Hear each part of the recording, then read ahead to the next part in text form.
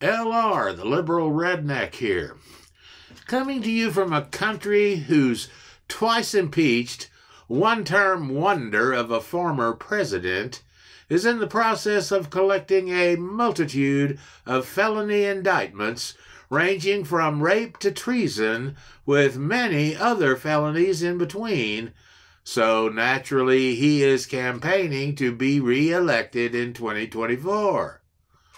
After receiving notification of his first indictments from the Manhattan DA, the self-proclaimed billionaire immediately started crying and begging for money to pay for his legal defense.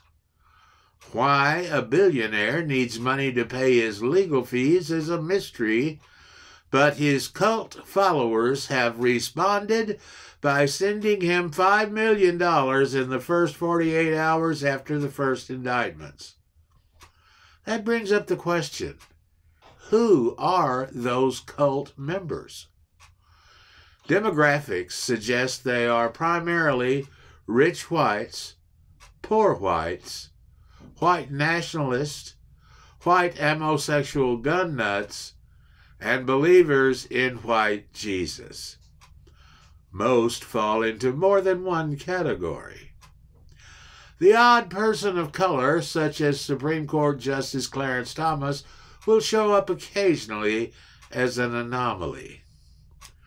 The rich whites love him because he gave them a gigantic tax break.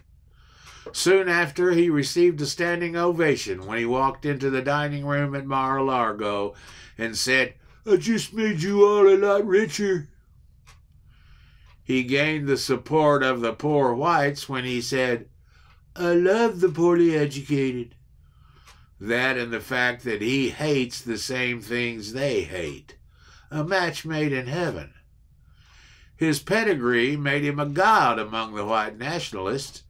His daddy was arrested at a Klan rally in New York, and both he and his daddy refused to rent to blacks. He was immortalized when he said of the conflict between the neo-Nazis and BLM protesters in Charlotte, North Carolina, "There were good people on both sides." He solidified his hold on the white homosexual gun nuts at a rally in Monroe, Louisiana, protesting a recent mass shooting, when instead of condemning the violence, he said, "Democrats are coming after your Second Amendment." That was sweeter than the sound of angel voices to the gun nuts. He enhanced his stature on January 6th when he wanted his armed supporters to march with him to the Capitol by crying, "I don't care if they're armed, they're not after me." The believers in white Jesus, who also believe in their non-biblical prosperity gospel, called him God's chosen one because he made greed acceptable on all levels. They fell in love during his debate with Hillary Clinton when he said, "I don't pay taxes because I'm smart."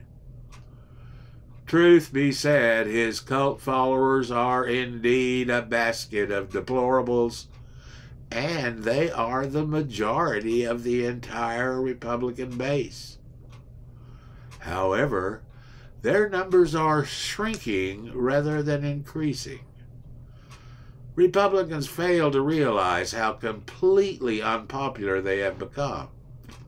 They are in total disarray. Yet they continue to make the same mistakes by going with MAGA and its criminal leader. Democrats follow the advice of Sun Tzu in The Art of War. Never interrupt your opponent when they are making a mistake.